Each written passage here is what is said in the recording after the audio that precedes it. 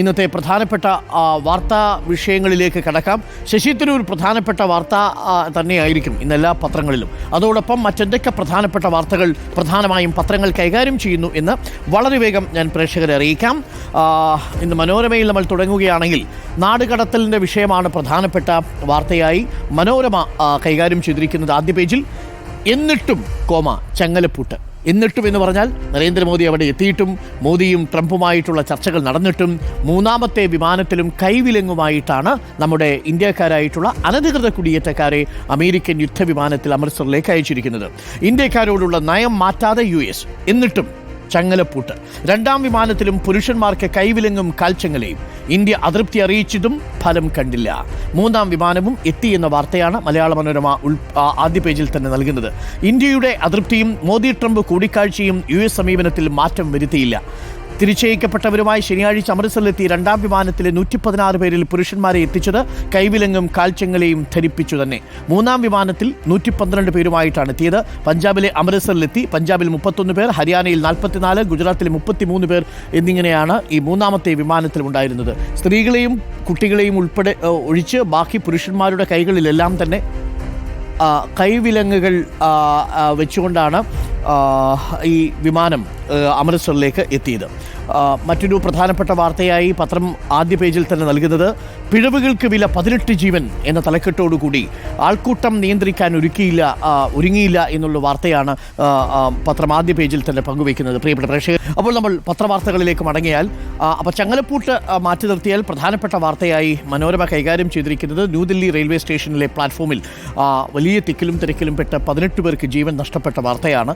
പിഴവുകൾക്ക് വില 18 ജീവൻ, ആൾക്കൂട്ടം നിയന്ത്രിക്കാൻ സംവിധാനമൊരുക്കിയില്ല.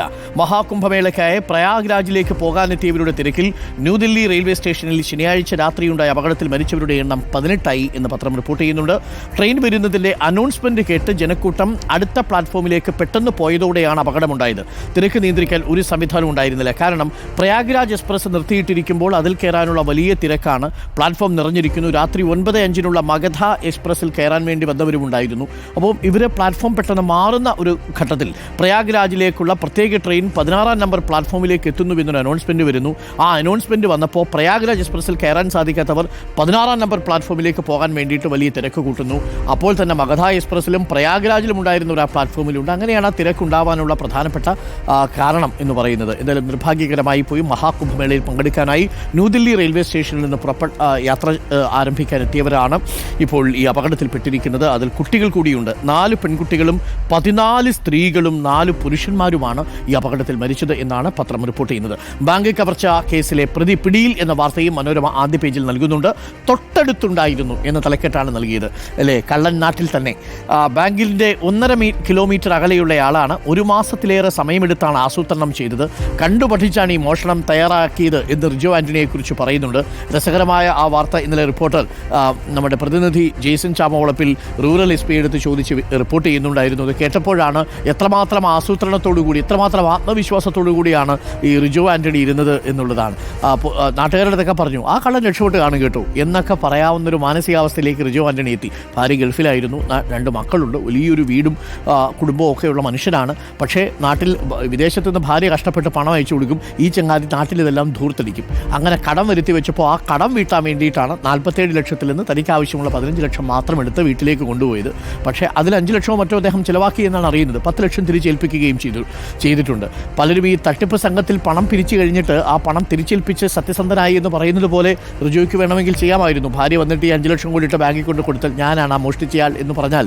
പക്ഷേ അപ്പോഴും ഈ മോഷണക്കുറ്റം അവിടെ നിൽക്കും, പരാതി അവിടെ നിൽക്കുകയാണ്. അപ്പോൾ പ്രിയപ്പെട്ടവരെ, മാതൃഭൂമിയിലേക്ക് എത്തിയാൽ മാതൃഭൂമിയിൽ തള്ളിയിട്ടു മരണത്തിലേക്ക് എന്ന തലക്കെട്ടോടു കൂടി ന്യൂദില്ലി റെയിൽവേ സ്റ്റേഷനിലെ വലിയ ദുരന്തമാണ് പത്രം ആദ്യ പേജിൽ വലിയ വാർത്തയായി നൽകിയിരിക്കുന്നത്. അതോടൊപ്പം രസകരമായൊരു ചിത്രം കൂടി പങ്കുവെക്കുന്നുണ്ട്. ശശി തരൂർ വിവാദം നിലനിൽക്കുമ്പോൾ, ലേഖന വിവാദം നിലനിൽക്കുമ്പോൾ ഊരിപ്പിടിച്ച വാളികൾക്ക് നടുവിൽ ശശി തരൂർ ഇങ്ങനെ നിൽക്കുന്നുണ്ട്.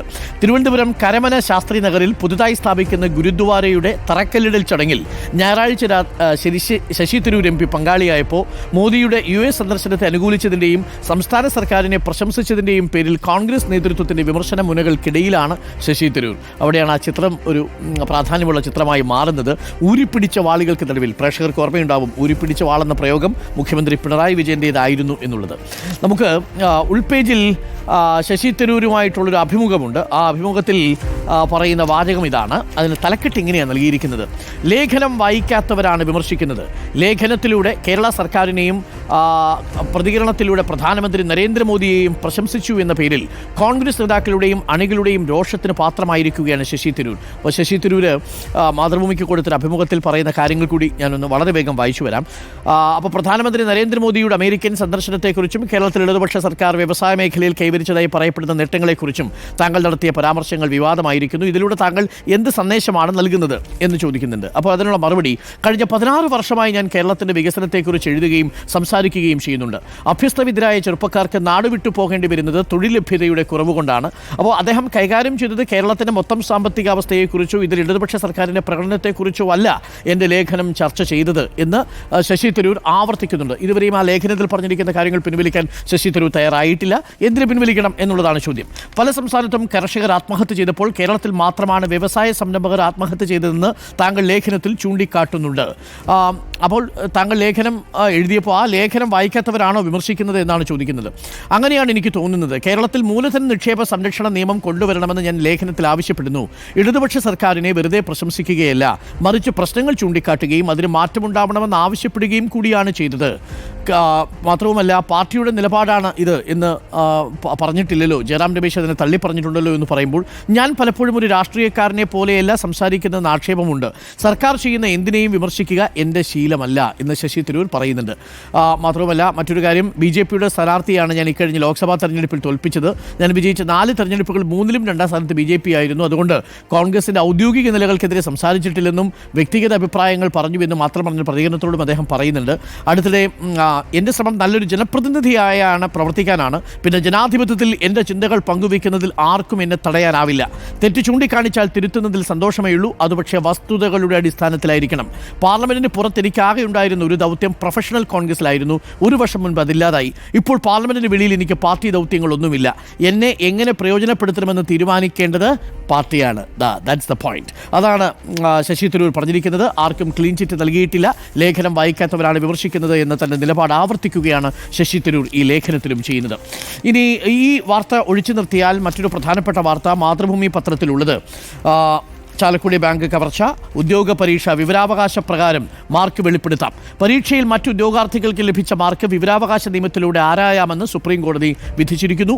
പൊതുപരീക്ഷയിലെ ഉദ്യോഗാർത്ഥികളുടെ മാർക്ക് അറിയുന്നതിൽ പൊതുതാൽപര്യമുണ്ടെന്ന ബോംബെ ഹൈക്കോടതിയുടെ വിധി സുപ്രീം കോടതി ശരിവെച്ചിരിക്കുന്നു എന്നുള്ളതാണ്. അപ്പോൾ ഇനി പൊതുപരീക്ഷ നടക്കുമ്പോൾ മത്സര പരീക്ഷകളിൽ മറ്റ് ഏതെങ്കിലും വിദ്യാർത്ഥി 1ാം റാങ്കോ 2ാം റാങ്കോ ഒക്കെ കിട്ടിയവർക്ക് എന്തെങ്കിലും മാർക്ക് അറിയണമെന്നുണ്ടെങ്കിൽ അവരുടെ മാർക്ക് കൂടി നമുക്കറിയാൻ സാധിക്കും.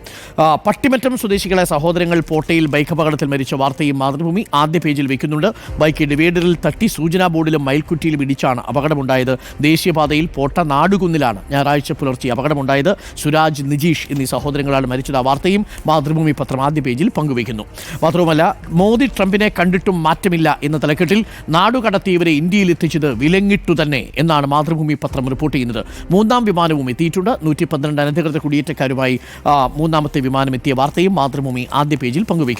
ദേശാഭിമാനിയിലേക്ക് എത്തിയാൽ ന്യൂഡൽഹി റെയിൽവേ സ്റ്റേഷനിലെ ദുരന്തമാണ് പ്രധാനപ്പെട്ട ലീഡ്. അലംഭാവത്തിന്റെ വില എന്നാണ് പത്രം തലക്കെട്ടിട്ടിരിക്കുന്നത്.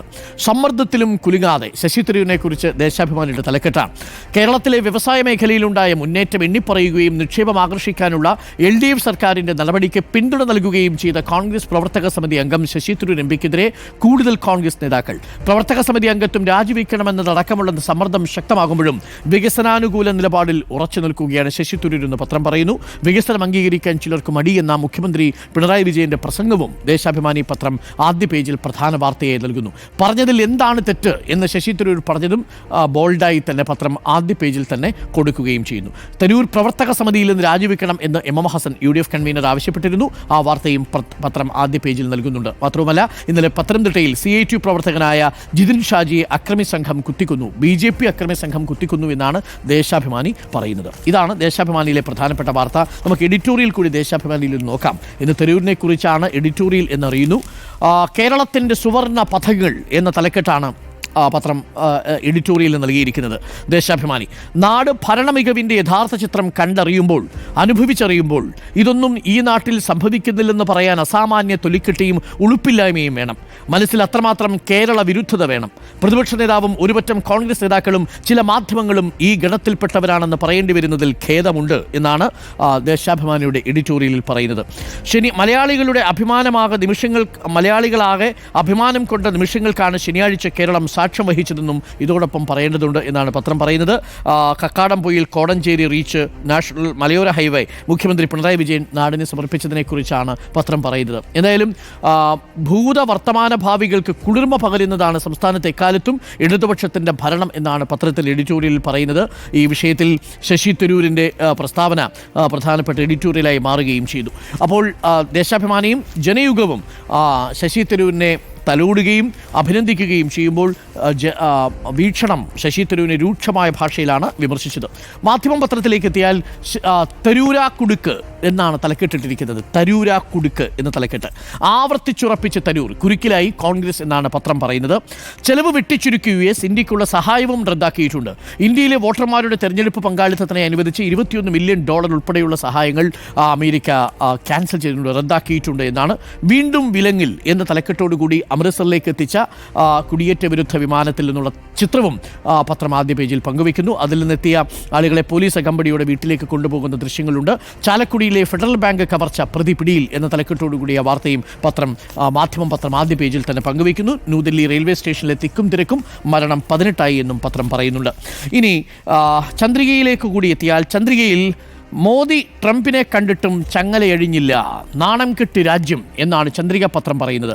ട്രംപ് മോദി സൗഹൃദം കെട്ടുകാഴ്ച മാത്രം, അയവില്ലാതെ ഇന്ത്യക്കാരോടുള്ള US ക്രൂരത എന്ന് ചന്ദ്രിക പറയുന്നു. മൂന്നാമത്തെ വിമാനവും അമൃത്സറിലെത്തി. കേരളത്തിലേക്ക് നിക്ഷേപം ആകർഷിച്ചത് UDFിൻ്റെ ഭരണമാണ് എന്ന് PK കുഞ്ഞാലിക്കുട്ടി ഇന്നലെ അക്കമിട്ട് പറഞ്ഞിരുന്നു. ശശി തരൂരിനുള്ള മറുപടിയാണ്. പ്രതിപക്ഷത്തിരിക്കുമ്പോൾ രക്തരൂക്ഷിത സമരങ്ങളിലൂടെ ജനോപകാര പദ്ധതികളെ തകർക്കുകയാണ് LDF ചെയ്തതെന്നും PK കുഞ്ഞാലിക്കുട്ടി പറഞ്ഞതും ചന്ദ്രിക പത്രം ആദ്യ പേജിൽ പങ്കുവയ്ക്കുന്നുണ്ട്. നമുക്ക് എഡിറ്റോറിയൽ കൂടി ഒന്ന് നോക്കാം. നാണക്കേടിൻ്റെ അങ്ങേയറ്റം എന്ന തലക്കെട്ടാണ് പത്രം നൽകിയതെങ്കിലും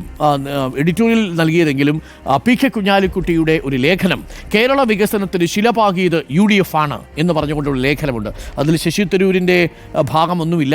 ശശി തരൂരിനെ കുറിച്ച് അതിനകത്ത് പരാമർശമില്ല. ഇന്ത്യയിൽ തന്നെ ഏറ്റവും ഗുണനിലവാരമുള്ള ജീവിത പശ്ചാത്തലവും മികച്ച ആളോഹരി വരുമാനവുമുള്ള സംസ്ഥാനം കേരളം എന്നത് അവിതർക്കിതമായ കാര്യമാണ്. കേരളം കൈവരിച്ച ഈ നേട്ടങ്ങൾക്കെല്ലാം ആധാരശില പാകിയത് UDF ഗവൺമെൻറ്റുകളും UDFിൻ്റെ നയങ്ങളും സമീപനങ്ങളുമാണ് എന്ന് മറുപടി പറയുന്നുണ്ട് PK കുഞ്ഞാലിക്കുട്ടി. ഇതിൽ ശശി തരൂരിനെ കുറിച്ചൊന്നും പറയുന്നില്ല. ഒരു ഭാഗത്ത് പോലും ശശി തരൂരിനെക്കുറിച്ച് പറയുന്നില്ല. 2006 VS അച്യുതാനന്ദൻ ഗവൺമെൻറ് എമർജിംഗ് കേരളയുമായി മുന്നോട്ട് പോയിരുന്നെങ്കിൽ ഇന്ന് കേരളം ബംഗളൂരുവും ചെന്നൈയും കൈവരിച്ച വികസനത്തിന് മുകളിൽ എത്തുമായിരുന്നുവെന്നും UDF നയങ്ങളെ പിന്തുടർന്നില്ലെന്ന് മാത്രമല്ല ഇൻവെസ്റ്റ്മെൻറ്റ് ആവശ്യമില്ലെന്ന തരത്തിലാണ് അവർ മുന്നോട്ട് പോയത് എന്ന് PK കുഞ്ഞാലിക്കുട്ടി പറയുന്നു. ഇതൊക്കെയാണ് പ്രധാനപ്പെട്ട പത്രവാർത്തകൾ. നമുക്ക് ദ ഹിന്ദുവിൻ്റെ ആദ്യ പേജ് കൂടി ഒന്ന് നോക്കാം. Crowd surge and confusion over trains led to stampede എന്നാണ് റെയിൽവേ പറയുന്നത്. യാത്രക്കാർക്ക് ഈ പ്ലാറ്റ്ഫോമുകളിൽ ട്രെയിൻ വന്നപ്പോഴുള്ള അനൗൺസ്മെൻറ്റ് ആശങ്ക സൃഷ്ടിച്ചതാണ് മരണകാരണം എന്ന് ദ ഹിന്ദു പത്രം പറയുന്നു. UDF sees red as LDF revels in Tharoor praise for state government. UDF പ്രതിരോധത്തിലാവുകയാണ് Sasi Tharoor LDF സർക്കാരിനെ പ്രകീർത്തിച്ചപ്പോൾ. Third US aircraft lands in Amritsar with over 100 Indian deportees. 112 അനധികൃത കുടിയേറ്റക്കാരുമായി അമൃത്സറിൽ അമേരിക്കൻ വിമാനം ലാൻഡ് ചെയ്ത വാർത്തയും ദ ഹിന്ദു പത്രം ആദ്യ പേജിൽ നൽകുന്നു. ഇതൊക്കെയാണ് പ്രധാനപ്പെട്ട ഇന്നത്തെ പത്രവാർത്തകളും തലക്കെട്ടുകളും.